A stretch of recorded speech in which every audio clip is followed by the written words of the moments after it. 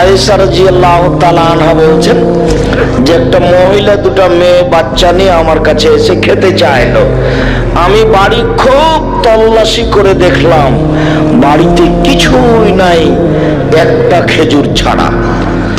তল্লাশি চালিয়ে একটা খেজুর পেলাম। এই খেজুরটা আমি মহিলাটার হাতে দিয়ে দিলাম। মহিলা খেজুরটা দুই টুকরা করে দুই মেয়ে বাচ্চাকে দিল। মেয়ে বাচ্চা দুটি খেয়ে নিল, মহিলা কিছু খেলো না, চলে গেল। কিছুক্ষণের মধ্যেই আল্লাহর নবী বাড়িতে ঢুকলেন। আমি বললাম, আল্লাহ রাসূল, একটি ঘটনা। কি? একজন মহিলা আসলো দুটি মেয়ে বাচ্চা নিয়ে, খেতে চাইলো।